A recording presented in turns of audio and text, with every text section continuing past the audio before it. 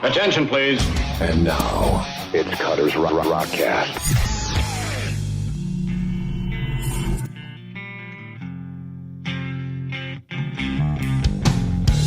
Quarters in session, a verdict is in. I'm Cutter. I'm Kaytie. Nice to talk to you again, Scott. That's Kaytie.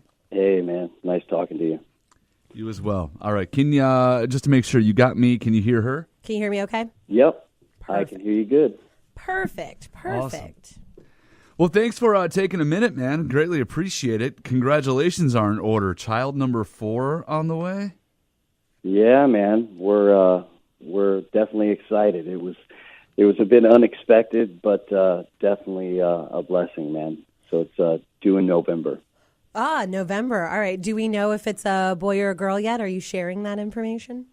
We don't know, and we're planning on doing a gender reveal.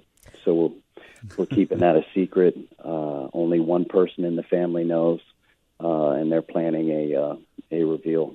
Do you know what type of reveal they're planning? I know that sounds crazy. I've seen like the cakes. I saw one where somebody like shot off something and like this target blew up and it was this blue powder that went everywhere. I've seen a couple of different ways. Do you have any idea how they're going to reveal? I don't know. It's being kept really top secret at this point, but I know that it's supposed to happen sometime in the next 2.5 weeks. That's so fantastic. We're so happy for you. Thank you so much. You're You're very welcome. And your wife is just absolutely a pleasurable human being. What am I trying to say? She's a nice person. She's a nice lady, Scott. Yeah, she is. She is, man. She's one of a kind. I got lucky with that. Yeah, you bought up. I did. So here's something fun, and I do this all the time, Scott. We're gonna sit down and we're gonna talk to a band, and I'll go back and I'll revisit maybe some albums, maybe some songs, maybe some things I just either don't remember or just didn't listen to a whole heck of a lot when they were new. And I did that with you today, and I went back and I listened to your last solo album, and then I go back and I listened to the last Creed record too because I listened to it when it came out, but that's already 8 years ago. I forgot how good they were. Well, thank you, man. Thank you. It was just this. That. Oh, you're welcome. It was just this like sort of realization. How incredible of a voice you have in the songwriting. The solo record specifically, I want to go back to for a moment because you are back out on the road doing solo things. So when you do that, is that what you concentrate on, or is it kind of a conglomerate of everything? It's kind of a mixture of everything, pretty much 99% of my fans of my solo material are Creed fans. And so I give them a mixture of the Creed songs that they've let me know they want to hear, as well as their favorites off my solo records. Do you play anything from Art of Anarchy when you're out solo, or do you leave that for when you're with the guys? I leave that for when I'm with Art of Anarchy. It's so new. And we're still, doing tour dates and still out touring as a band. So as long as we're still touring and whatnot, then, I'll play Art of Anarchy when I'm with Art of Anarchy. How do you fit all that stuff in? Because, Art of Anarchy released The Madness at the end of March, and you've done another, I feel like I read correctly, that you did another solo tour in the midst of going out on tour with them. Now you've got this tour coming up. You've got a baby on the way. You are a busy man. Yeah, the album came out. Art of Anarchy went on tour. Then we got off tour. I did a 20th anniversary of the Creed My Own Prison album acoustic tour. And then I went back out on tour with Art of Anarchy and just got home from that. And now getting ready to head out to Make America Rock Again. So it's been a pretty busy year. But I tell you, I got more time off than you think. I probably work 6 months a year. And so I get plenty of time at home and have balance with my wife and kids. That's good. That's important. 20 years of My Own Prison. You just said it. We talked about it earlier because the realization kind of hit us that this month, August, is the 20th anniversary of that. I mean, let's be honest, very pivotal moment in not only your career but in rock in general for that record. Yeah, man, it's amazing how time flies, and I tell you, I remember it like it was yesterday. But it definitely was the album that catapulted Creed's career and my career, and at the time really kind of began rock's little comeback, if you will. I think I remember the cover of Rolling Stone prior to our record coming out, or just soon after, said rock and roll was dead, and so it sure did come alive for me, and I think for the rock community around that time. Absolutely. I remember buying that album. Like, I remember going into Best Buy, not like Sam Goody or anything, but Best Buy had like just opened by me. I was a senior in high school, I think, and walking in and just kind of randomly, because, you didn't have like Spotify and YouTube to test out all these different songs and stuff. It was just, you picked up music and you had so much, and I'm going to buy this CD because that cover looks really cool. And then I put it in, and it became the soundtrack to a lot of horribly written high school poetry. So thank you. The listening stations at Musicland or Sam Goody, in the mall. My girlfriend worked at Sam Goody, and I actually bought that record from there because I worked across the hallway at Spencer Gifts. We'd switch back and forth and share each other's discounts. I miss those days Right. in the music business. Things have changed so much, and I miss the days of kind of album sales and people making records and the fans buying the records and really not knowing what they were going to get, except for maybe they liked one song or a couple songs, and so those are the good old days.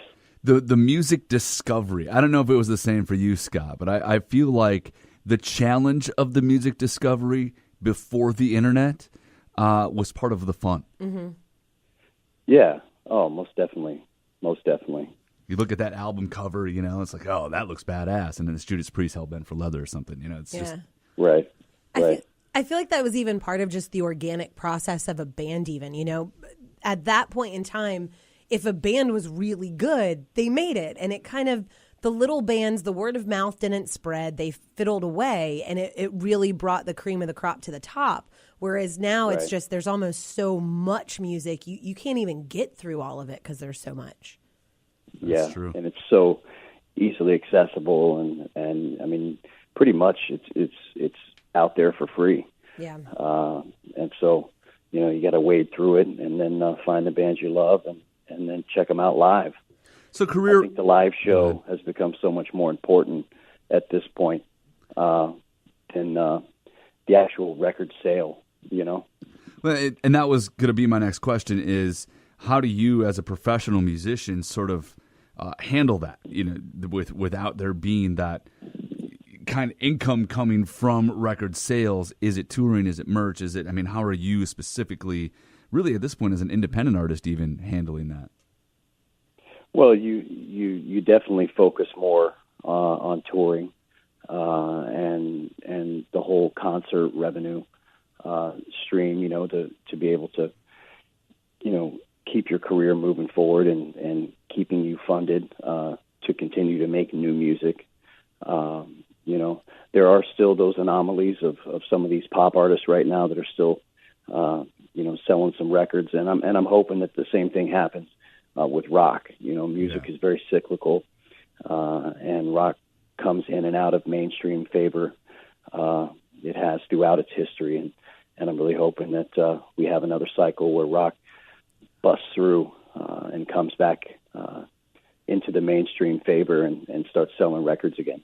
God, that would be a nice thing, wouldn't it? Right.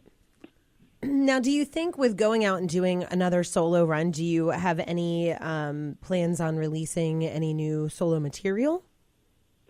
When I get off the road in, I think, the 1st of October, I'm headed right into writing and recording for my next solo record. And the plan right now is to have a new solo record out next year. Nice. What's kind of your process in writing? I mean, are you the type of person you got to go into the studio and just kind of sit down and write all at once, or do you just kind of pull from different points in time, or what's your process? Well, I continuously write ideas, record ideas, write things down, journal my thoughts. So it's an ongoing process. And then when I get to a record making time, I kind of pull all that together, kind of see where I'm at, and begin developing the ideas, and at the same time writing new ideas.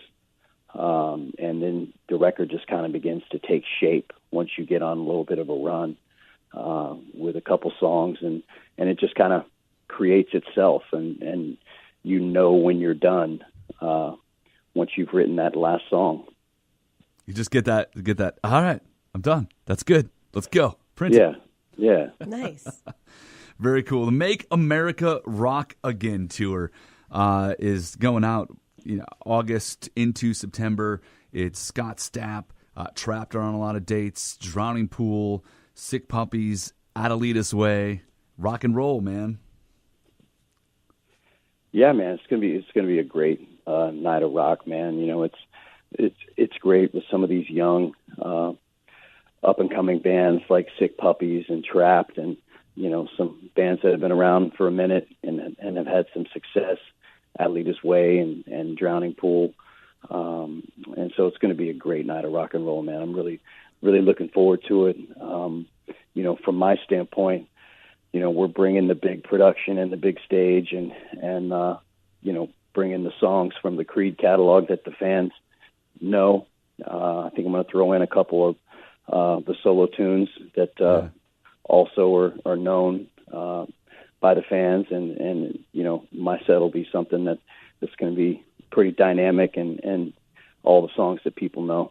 Hey, is there a song that when you look through that you personally, forget what the fans say, I mean, don't ever forget what the fans say, but you know what I mean, that you personally go, oh, no, I got to play this song, I got to play What If, I got to play Bullets or something, Yeah, I have like 12 of them that I have to play every night, and probably will for the rest of my I will for the rest of my career. Nothing wrong with that. There's about 12.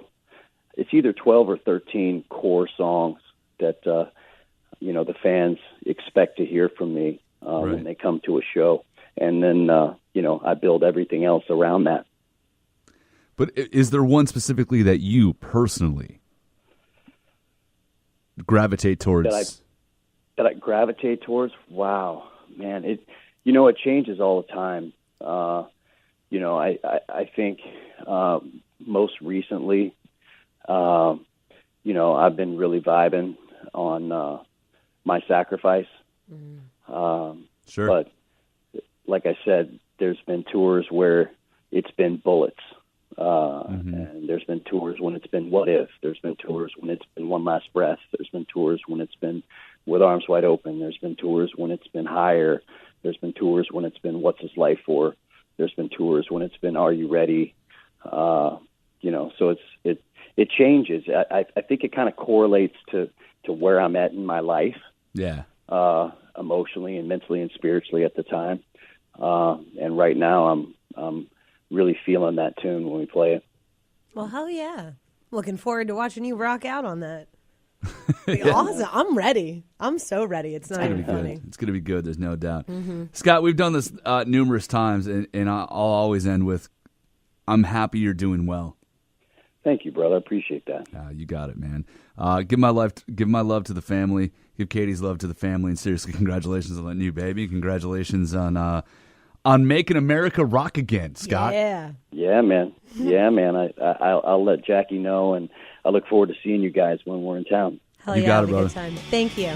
Thanks, Scott. Take care of yourself, man. I'll see you soon, man.